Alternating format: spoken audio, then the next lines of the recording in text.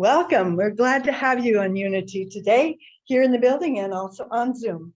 Thanks for coming. Please join with me in reading our first positive affirmation. Together, we lovingly and gratefully acknowledge the presence of the divine in our midst. And because we're a purpose-led church, we'll have our purpose statement too. Together, our purpose is to foster a new level of spiritual awareness through worship and fellowship, and to lift one another to a Christ-like maturity. Excellent. Our announcements for today: the quest continues at 1 o'clock on Wednesday afternoons, and the prayer pause Thursday morning about 8 o'clock is at 9 o'clock for 20 minutes or so, just to set your day and your week. We will have a song now. This one is I Choose Love by Sue Riley.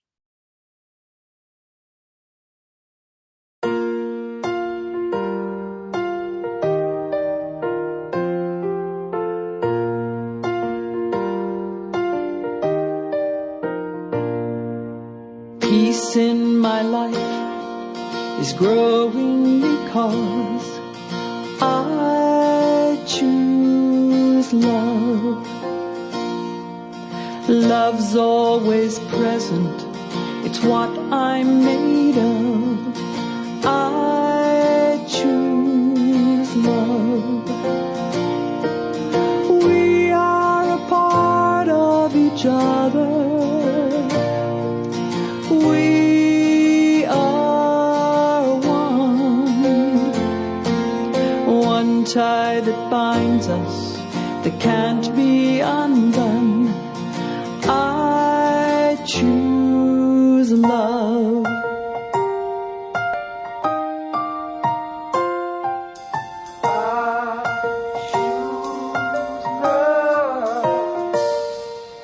Peace in my family is growing because I choose love. Let love be present, it's what we're made of. I choose love. We are a part of each other. We are one loving family, sharing one son. I choose love. Yes, I do. I choose love. Peace for our planet is growing because I choose love. Let love be present, it's what we're made of. I choose love. We are a part of each other. We are one. One choice unites us. Let this be the one. I choose love. I choose love. I choose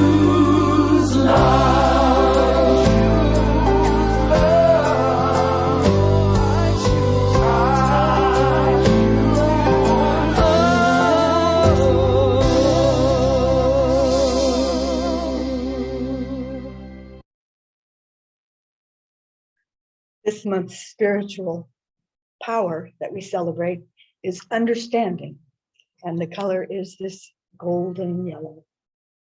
Understanding.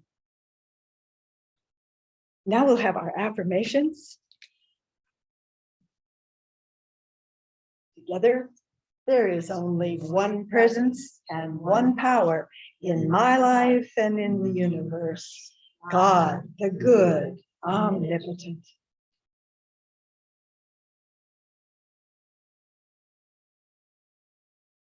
Together, we know God blesses all special intentions present in our prayer box and that God's perfect plan is in action.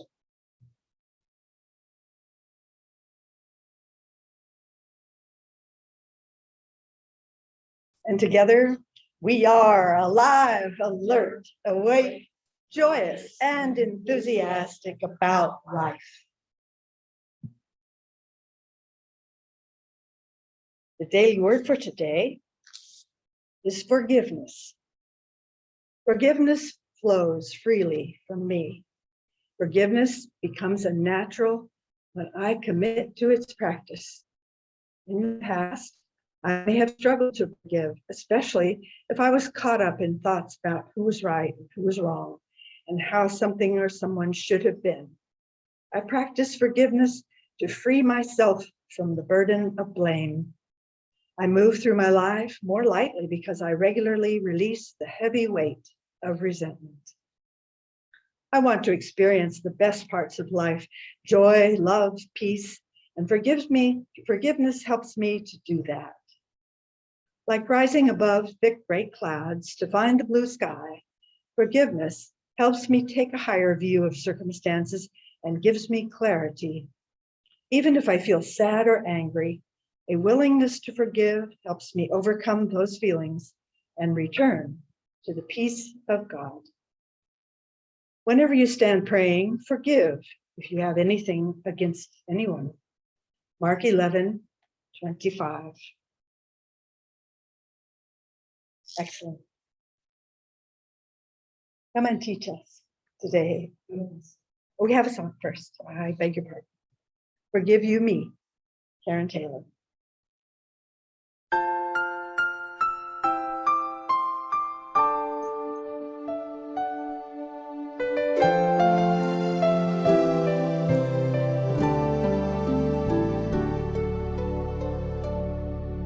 I'm working on forgiveness, working really hard, 'cause I've noticed how it lightens up my spirit and my heart.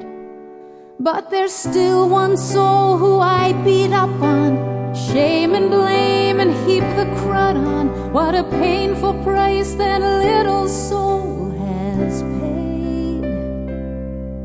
So face to face and heart to heart, I think it's time to say, I forgive you. You've done the best you could. I forgive you. I release you from the shoulds. I accept you as that perfect child of God you're meant to be. I forgive you.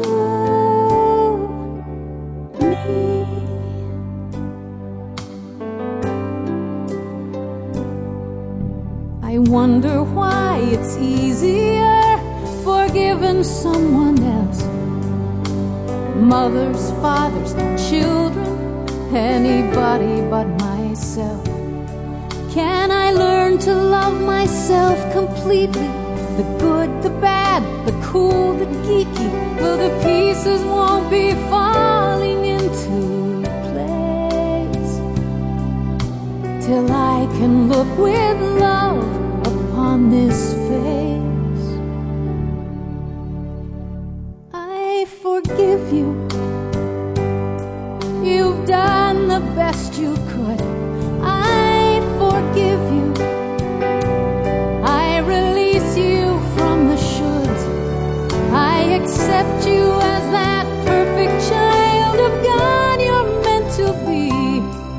I forgive you.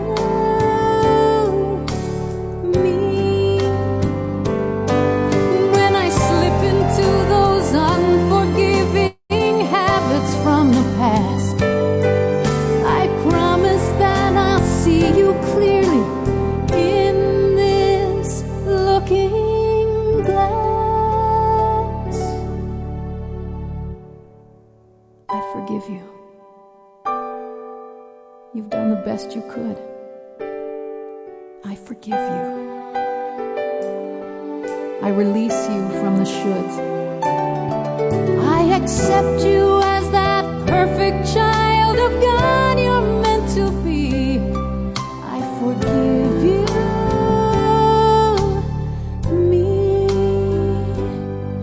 I forgive you,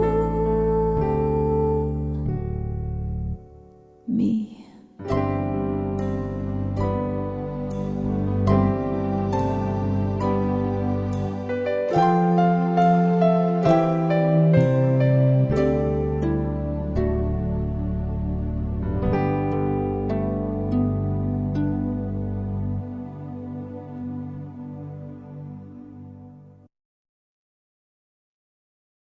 Our very own Anne Murphy, come to teach us.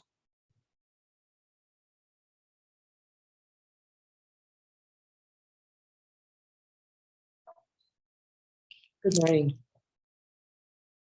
And we generally begin with prayer.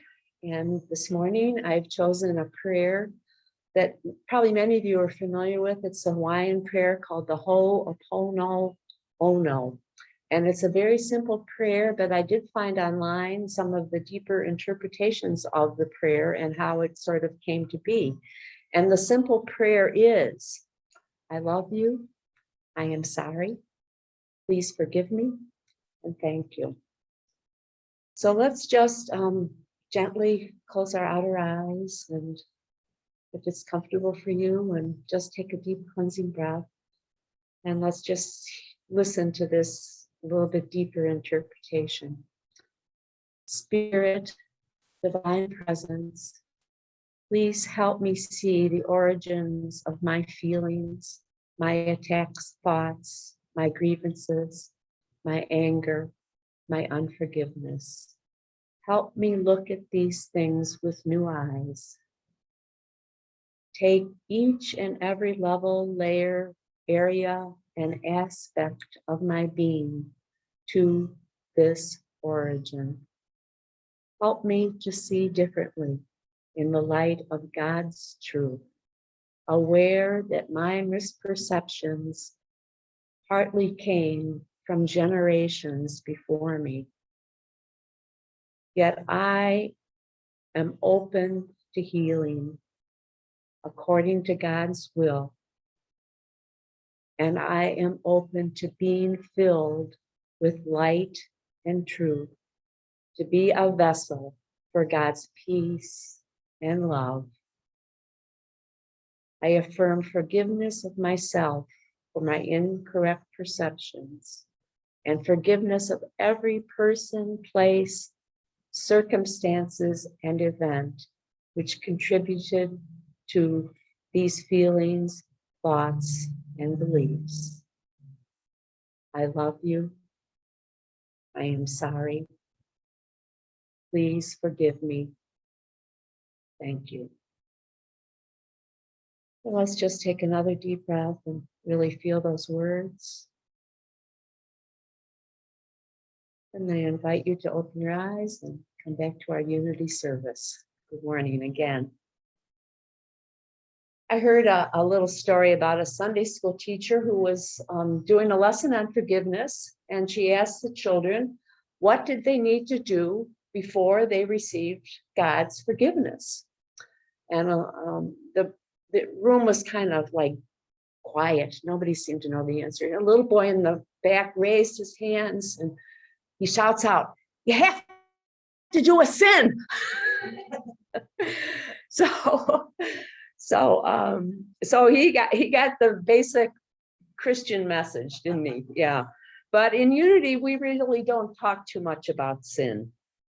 And we don't really believe that we need God's forgiveness, because God does not judge.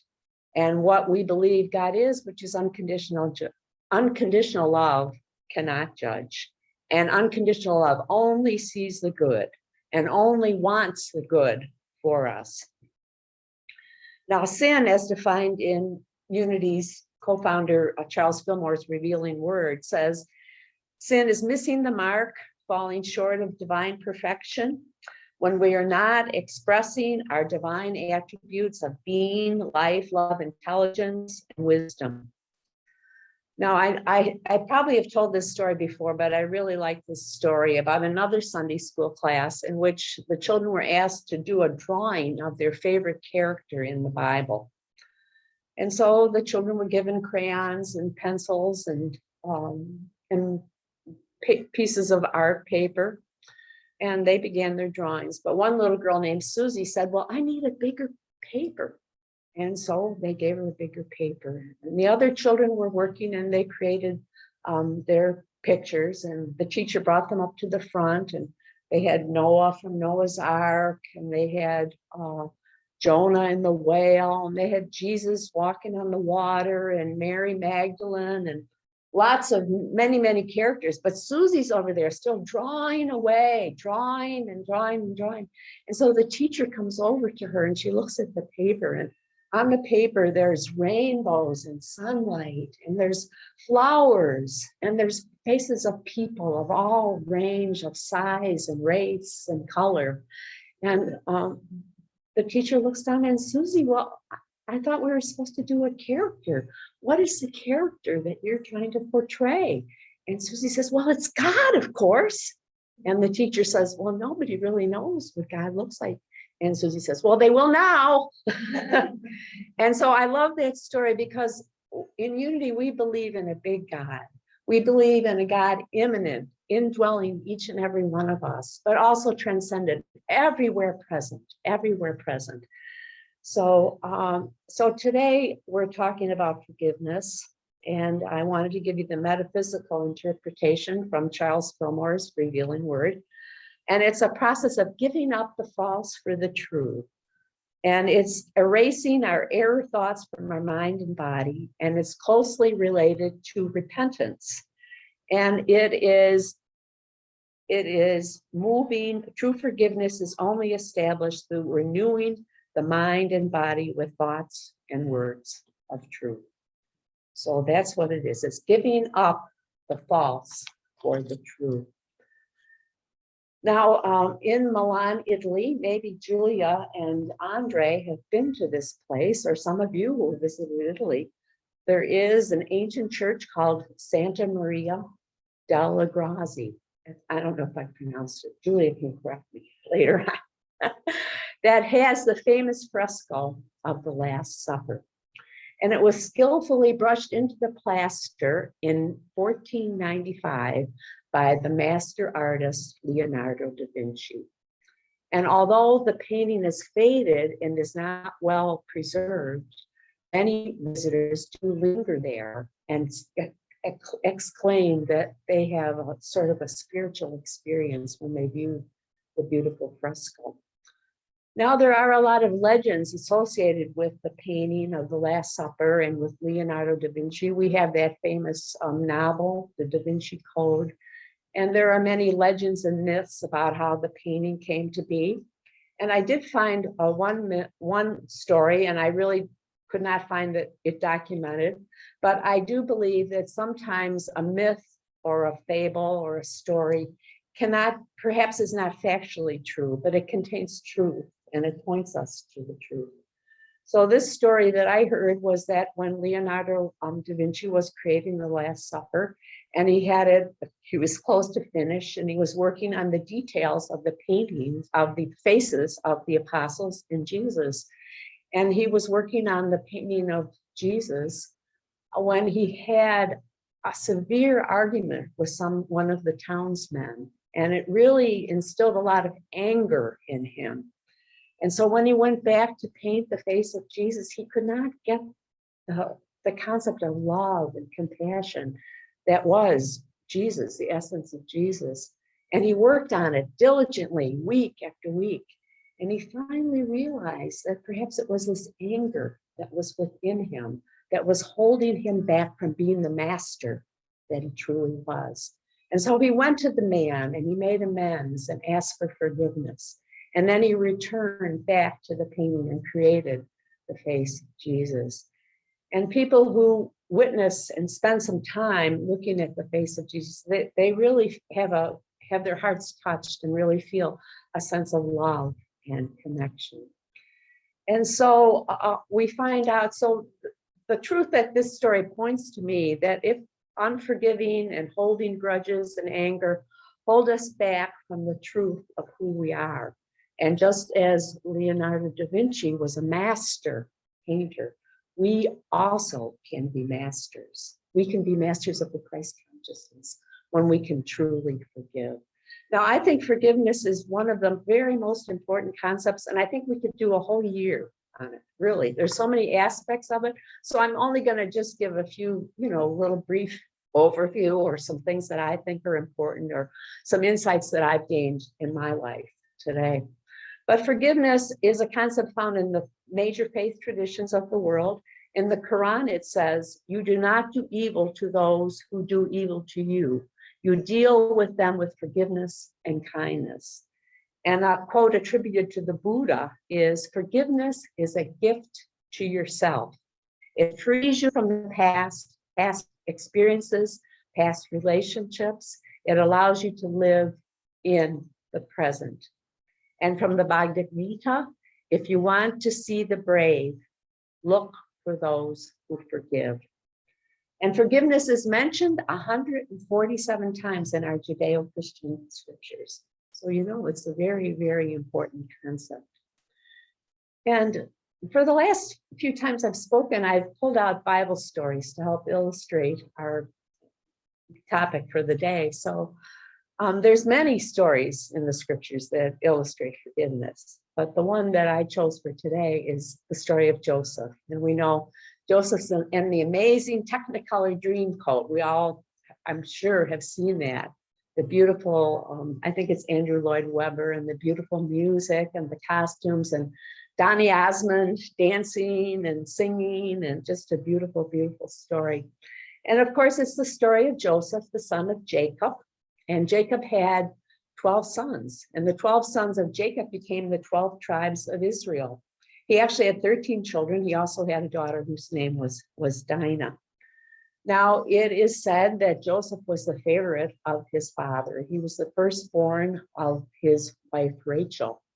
And he created for Joseph the beautiful Technicolor dream coat.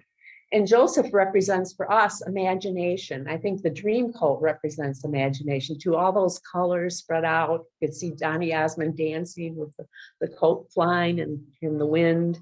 And Joseph, his brothers were jealous of him because he had this beautiful coat and he was the favorite of his father. And one day, and Joseph was very good at interpreting dreams. And Joseph made the mistake of telling his brothers that in a dream, he saw them coming to him and bowing down. And he was one of the younger brothers. So the brothers got really, really angry at him. So they plotted together and they arranged for Joseph to come and meet them. And so Joseph, this is from Genesis, the very first book in the scriptures. So they came to his brothers and they stripped him of his robe, the long robe with the sleeves that he wore. And then they took the coat and they brought it to a slaughtered calf, and they put the blood of the calf on the coat. And they were going to actually murder him, but instead it ends with the account of his brothers intending to kill Joseph, but changing their mind under Judah's persuasion. Instead, they sell him to some passing Ishmaelites for 12 pieces of silver, in turn sell him to the captain of the Egyptian army. And they bring the bloodstained coat to the father Jacob, telling them that Joseph had been killed by an animal. So Joseph ends up in Egypt, and he actually sort of makes some friends there for a time and makes some progress. And then he gets in trouble and he ends up in prison. And he's in prison with actually two of his fellow prisoners. And one of them is actually the Pharaoh's butler. And while he is in prison, he interprets the dreams of these men. And they're really impressed with his ability to interpret dreams. So after the Pharaoh's butler is released from prison, the Pharaoh confides in him that he had a disturbing dream. And the Pharaoh's butler says, well, I have just the person to help you interpret that dream. And so Joseph comes out of prison and goes to the Pharaoh and interprets the dream. And he tells him that you have a land of bounty and you're having bountiful harvests and beautiful weather and no drought, plenty of rain. But a short time after this, you're going to have some famine. So I want you to store up your grains and so that your people can be taken care of. And so the Pharaoh is so impressed with Joseph that, and it actually comes to pass that this is what happens. He makes him the second in charge in Egypt. He becomes the governor. And back in Israel, where his brothers are and his father, during this time of famine. The famine happens in Egypt, but also happens back in Israel. And the famine strikes them, and they hear that back in Egypt, that they have storehouses full of grain, and perhaps Jacob decides to send his 11 sons to Egypt to plead with the Pharaoh. And so the 11 sons go and meet with the governor, who is Joseph. And of course, it's 20 years or something like that has transcribed. And Joseph was a young boy when he was sold into slavery. And there stands Joseph tall in front of his 11 brothers, bowing down in front of him, just like his dream that he had fulfilled. And so they don't recognize him. Now, when Joseph was in prison, he was still feeling a little bit angry and upset with his brothers for betraying him. You know, you can imagine that your own brothers saw you in slavery, but over the years, some of his feelings had healed. And so when his brothers came, he was so excited to see them, but they didn't recognize him. So he said to them, I am your brother Joseph. And they did then bow down and ask him for forgiveness. And Joseph said, fear not, for I am the place of God. As for you, you meant evil against me, but God meant it for good. For God meant it for good. So Joseph was able to see his brother and his betrayal with new eyes, see through the eyes of the Christ self. So he was sort of a predecessor for Jesus. They say a lot of Bible scriptures think that all of the J words in the Hebrew scriptures are sort of predecessors for Jesus, some aspect of the Christ consciousness.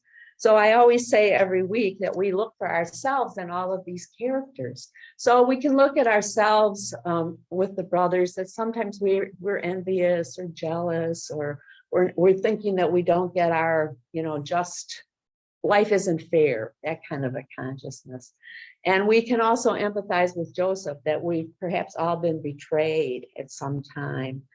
And that sometimes it takes a little bit of time, and you're able to see the bigger picture. And Joseph was able to see the bigger picture, that everything that happened for good. He was able to save himself and also save his brothers and the whole Israelite nation. And of course, Jesus talks about forgiveness, and he says, love your enemies and pray for those who persecute you. And in a conversation with Peter in Matthew 18:22, Peter says, and how many times should I forgive? And Jesus said, not seven times, but 70 times 7. So we know that we don't have to, count up to 400. But it's a continuous process, an ongoing practice, something that we have to look at every single day, every single day. Maybe a drink of water. And forgiveness is not about condoning bad behavior or evil behavior. It's not about not holding people accountable. It's about in spite of the behavior and in spite of the evil that we see, we know that the indwelling Christ's presence is still present in that person, the light of the Christ. Perhaps they're not aware of it yet, but it's still present. And that we're also connected to them as our brothers and sisters in oneness and in unity. So and sometimes some things that happen in our world just seem like they really can't be forgiven. But but then you read about some of these parents who go to prison and make amends, ask for forgiveness from the persecutor or the person that murdered their child. And I heard this story, and it's a story about, her name is Scarlett Lewis. And close to Christmas time, she was driving her little boy, Jesse, to school. And after he left the car, she dropped him off. She looked in the back seat, and he had drawn a little heart on the dew, on the inside of the car. And she went home and went about her business. And at 11 a.m. that morning, she got a phone call, and it was from the Newtontown, Connecticut school, where there had been the massacre of the children. And she lost her little boy, Jesse. She said later, after they had the funeral, etc., she noticed on a big blackboard that they had to use for family messages, little Jesse had scrawled phonetically in his little printing, 6-year-old printing. He had written, nurturing, love, healing. Nurturing, love, healing. Now she said that it's taken her time, but she said she was inspired by reading a book about a family that had been completely destroyed in Rwanda, a family that had completely been murdered. And one of the family members had written some articles about forgiveness. And she at first thought, there's absolutely no way I could ever forgive anyone who hurt my family. She had such anger. And flash forward a couple of years, and she said she knew that forgiveness was possible. She said she learned that forgiveness is cutting the cord of pain. It's taking your power back, and it's giving you the ability to move forward without anger yourself. Not forgiving doesn't feel good. And she wrote a book, and the title of the book is Nurturing Healing Love, her little boy Jesse's words. And she has a foundation which is called the Jessie Lewis Choose Love Foundation. And this is the mission. The mission is to create awareness that choosing love is a choice. We're going to go in and let kids know that they have control over their thoughts. The whole tragedy began with a thought in Adam Lanza's head, and a thought can be changed. That was our lesson this week with the thoughts. Okay. So I think that in the area of forgiveness, we have the horizontal forgiveness, and that's sometimes just superficial. It's a good place to begin. It's sort of a willingness to forgive, but sometimes it's holding on to the story that we're victims, the story that the other person is still wrong, even though you're still forgiving them. And then there's horizontal forgiveness, which connects us up to who and what we really are. The vertical forgiveness. We have the horizontal forgiveness, and we have the vertical forgiveness. And the vertical forgiveness brings us into the realm of the absolute, where it's all good and it's all God. And like our mother of Jessie Lewis, it perhaps can take us some time to really figure that out. The first song, the song that we did after the Daily Word, it was written by Karen Taylor Good and Colin Tipping. And Colin Tipping has written a book called Radical Forgiveness. And when I was in seminary at Unity Village, we had the blessing of having him come down and be with us for what they called an intensive, where we would have 3 days of like workshop kind of interaction.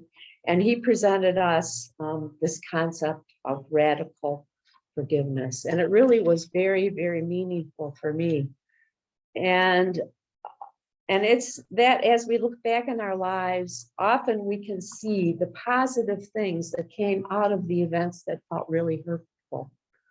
And I found there's a song, and I really couldn't find it on the internet, but it went something like, everything you go through grows you. Everything you go through grows you. Now, like Joseph in our story and like Scarlett Lewis, it takes a while to figure this out. So we need to be forgiving, loving, and gentle with ourselves, like our song that was by Karen Taylor Good. Forgive me, you, me. Forgive you, me. We have to forgive ourselves because sometimes we make mistakes. Back in seminary, I did a talk called Porcupine Needles and Puppy Dog Tails. And it was inspired by my friend Rosella, who was your speaker last week. She told me the story about, she lived in Seattle, Washington area, and she had some large acreage and she had 2 large dogs. And the dogs went out one day and were playing in the yard, and they came back in and they were covered in porcupine needles. Just imagine, porcupine needles really hurt. And so she had to take them to the vet and get it all cleaned out and taken care of and get them some medicine to help. And so, but the interesting thing about porcupines is they have those rough needles, and when they have a fear response, they shoot out those needles. But if you turn a porcupine over on his back and you look at his tummy, it's just as soft and smooth as a puppy dog. So that's how I got my title, Puppy Dog too. So I think we all in our lives have had those porcupine needles come at us, or we've had the abrasive feeling, people who've been abrasive, and I call that sandpaper grace. They come up against us and they rub us the wrong way, but they kind of rub the gold so that it becomes shinier if we can really be open to it. So I've had a lot of those instances in my life. And at the time that I was going through them, they were very painful and very difficult. And the first person that came to mind when I was preparing this lesson was my first husband. His name was Tim. And we had some wonderful moments in our marriage, and we did have 4 beautiful children, but I had a lot of porcupine needles and sandpaper grace. And the porcupine needles caused me to seek solutions. I couldn't sit in the pain any longer. I had to seek solutions. And so I found 12-step programs. And through the 12-step programs, I actually eventually found unity. And through he sometimes wouldn't work. And if I was left at one time with 3 children and no source of income. So I had to go to work and I had to find resources for myself. And I was able to find a scholarship so I could go to nursing school. And if it hadn't been for Tim Murphy, those things would not have happened. So they allowed me to grow and expand. So I always say that he was one of my most significant teachers. He was one of my most significant teachers. He just made his transition into his next creative experience last February. So he's no longer on the earth plane. And in many aspects of his life, he was a wonderful man. He coached boys and he was a good father, but we most of the time didn't have such a very good marriage. But I also say too that I had to learn to speak up, like the story that when somebody's stepping on your toe, you need to learn to say ouch. And it took me a long time to learn that. So Okay, so I was going to read to you about what radical forgiveness. So that's what radical forgiveness is, to realize that these people come into your lives, and sometimes you'll have, if you don't learn it from the first person, you'll have a similar energy come into your life, and they come into your life to allow you to heal, to look at it and heal. And sometimes for some of us, it takes us a while to learn these things. So Colin, radical forgiveness truly is unconventional. Unlike common forgiveness, advice that goes along the lines of forgive and forget, or revenge is a dish best served cold. It calls to the offended party to focus on themselves. Rather than focusing too much on feelings, it also urges the forgiver to rationalize things and acknowledge what they truly felt about their situation. This way, they can think everything through in a more organized manner. The process may be complex, and going through it will almost certainly reawaken the deep emotional trauma. You may have kept these pains for so long, but through this method, you can finally confront what has been haunting you and emerge stronger regardless of what has happened. So I began with a Hawaiian prayer, and I'm going to end with a Hawaiian tradition. And in Hawaii, sometimes a crystal bowl is given to a child at birth.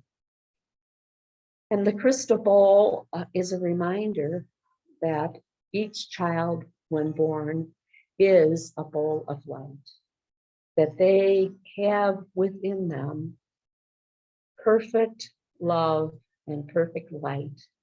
And if they can contain that light in the bowl, the Hawaiian tradition says that they can swim with the sharks and fly with the birds and know and understand all things.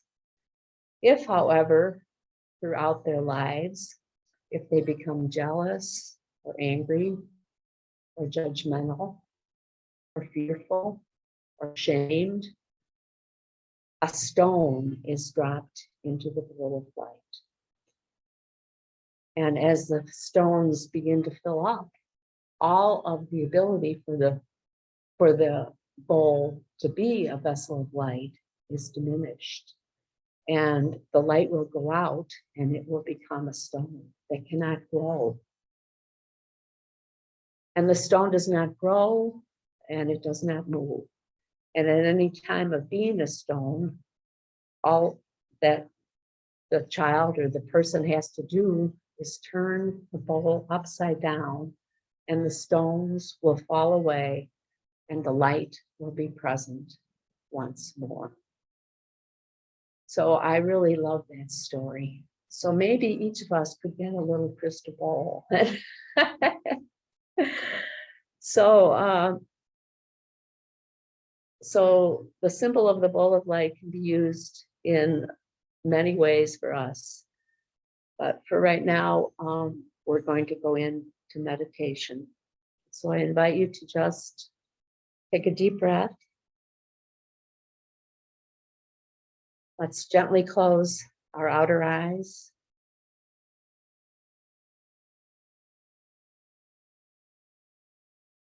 And open our inner eyes. And let's just take another deep breath and be present in this holy now moment. We have nothing to strive for, no place to go. Just be present now in this holy place, wherever you are.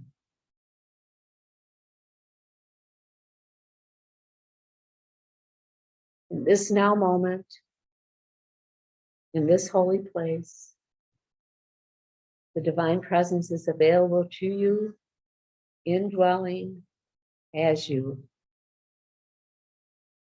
It's all about allowing, opening up to that indwelling presence, that brilliant light that is the truth.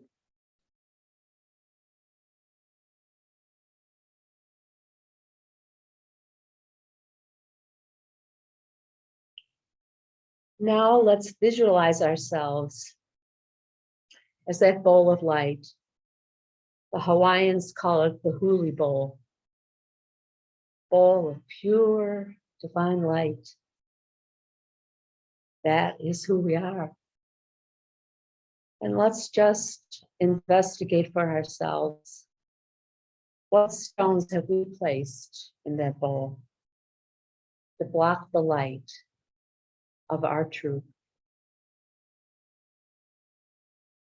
Do we have a belief that I am better than others? A belief that I'm not good enough?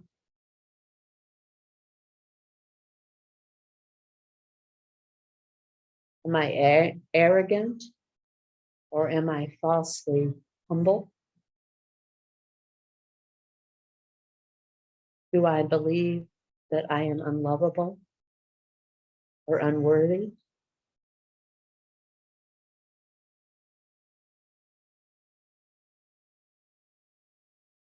Am I a fault finder? Do I have grievances about others?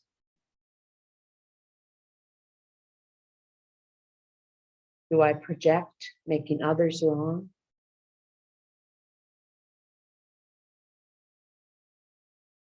Do I express anger or self-righteousness?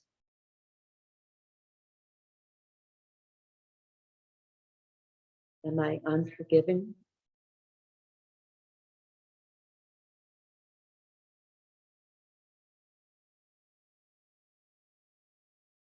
Now, how full is your bowl?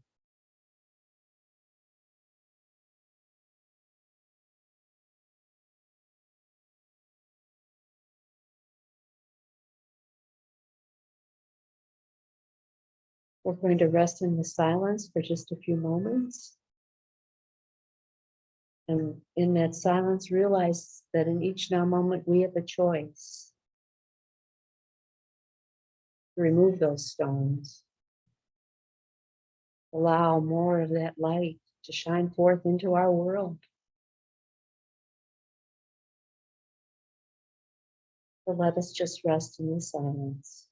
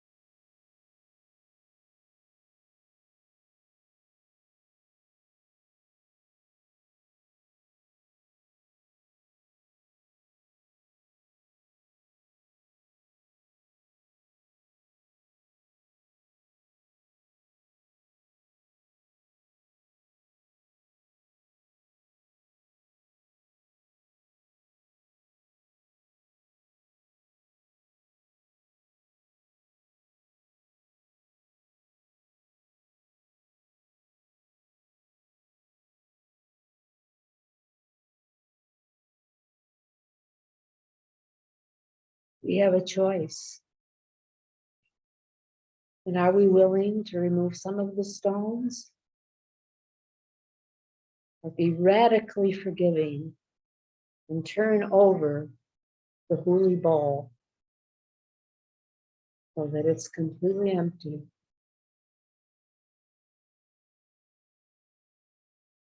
Perfect vessel for divine light.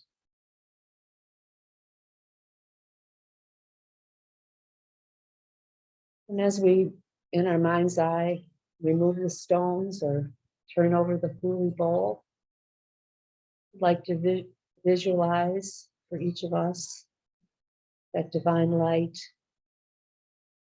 moving from our crown chakra into our crystal bowl of our physical presence. we see glimpses of it with each choice, each willingness that we make to be that perfect vessel of divine love and light.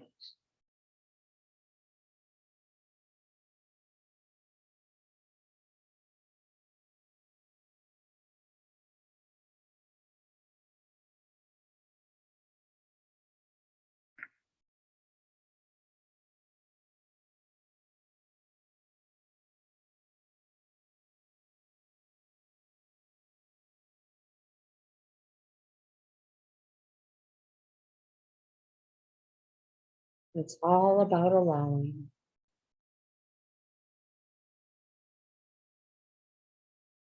Allowing that light to shine. And we'll be brought out of meditation with a song.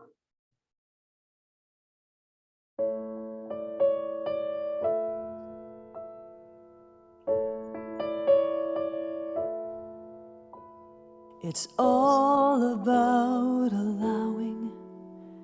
allowing peace within. In absolute surrender, so serenity begins. For when the storm subsided and calm becomes the way, it's all about allowing it to stay.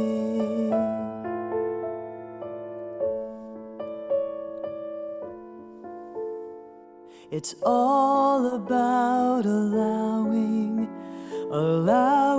love to flow. It's setting down your burden and just simply letting go.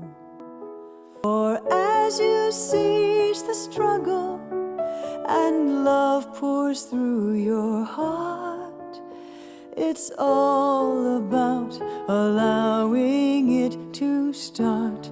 Now feel it warm and shining, new with promise, strong, undying love, different than any you have known.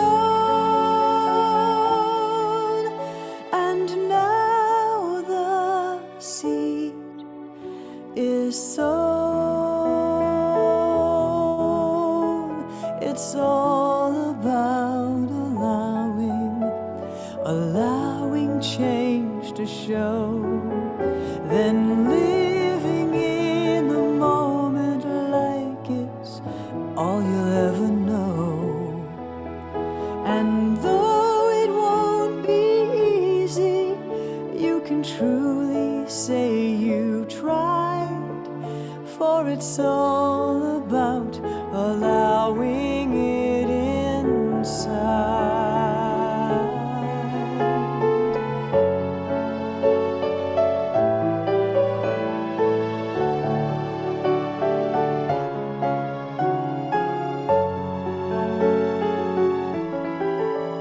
And now the seed is sown. It's all about allowing love to flow. It's setting down your burden and just simply letting go. For as you cease the struggle and love pours through your heart,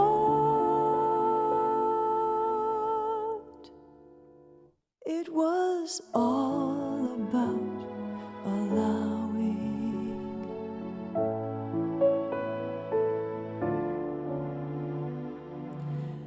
All about allowing it to start.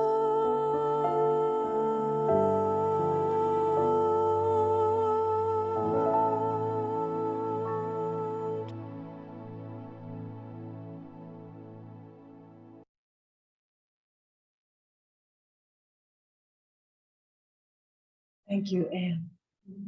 Very significant.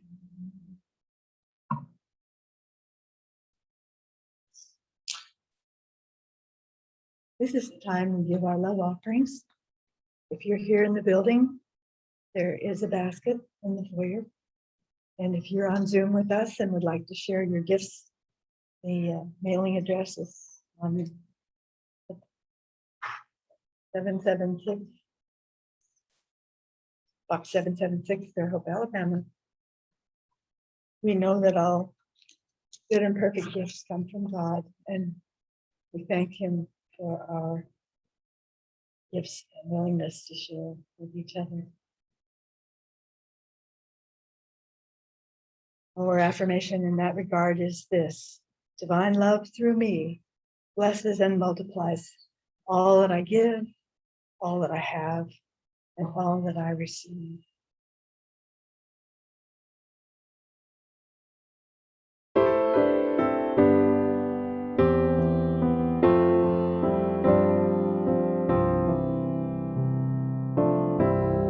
You might win a battle,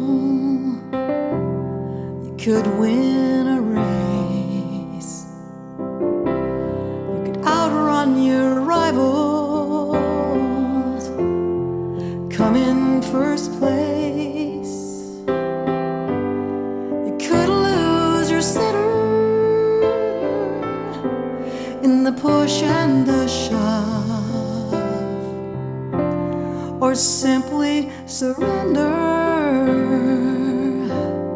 and tune into love. Love's not a contest, it's just who we are. Both the light and the shadow are at home in the heart. Beyond the struggle, there's music to play and songs to be singing at the end of the day. Love wins, love wins, all is well in the end. Love wins. Love knows no boundaries, it's the light in our eyes, familiar to all, universally prized. There's a world of compassion, and we're good to be in. We could just quit fighting, let love win. 'Cause love wins, love wins, all is well in the end. Love wins, love wins, love wins, all is well in the end. Love wins. When we're up against too much to ask, when we lose our resistance at last, and we realize love's got our back, love wins. For everyone, great and small, we are lifted as we fall. Kindness conquers all, love wins. Love wins.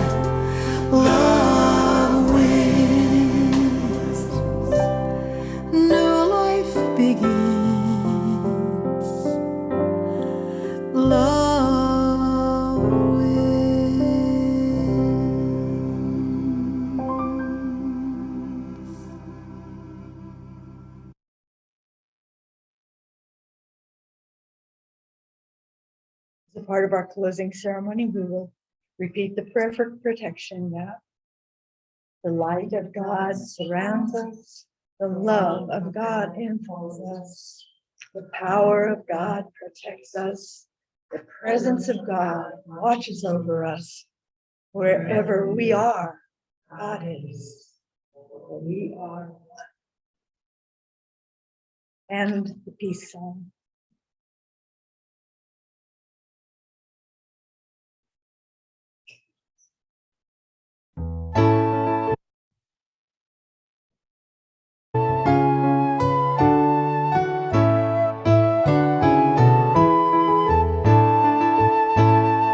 Let there be peace on earth, and let it begin with me. Let there be peace on earth, the peace that was meant to be. With God as our Father, brothers all are we. Let me walk with my brother.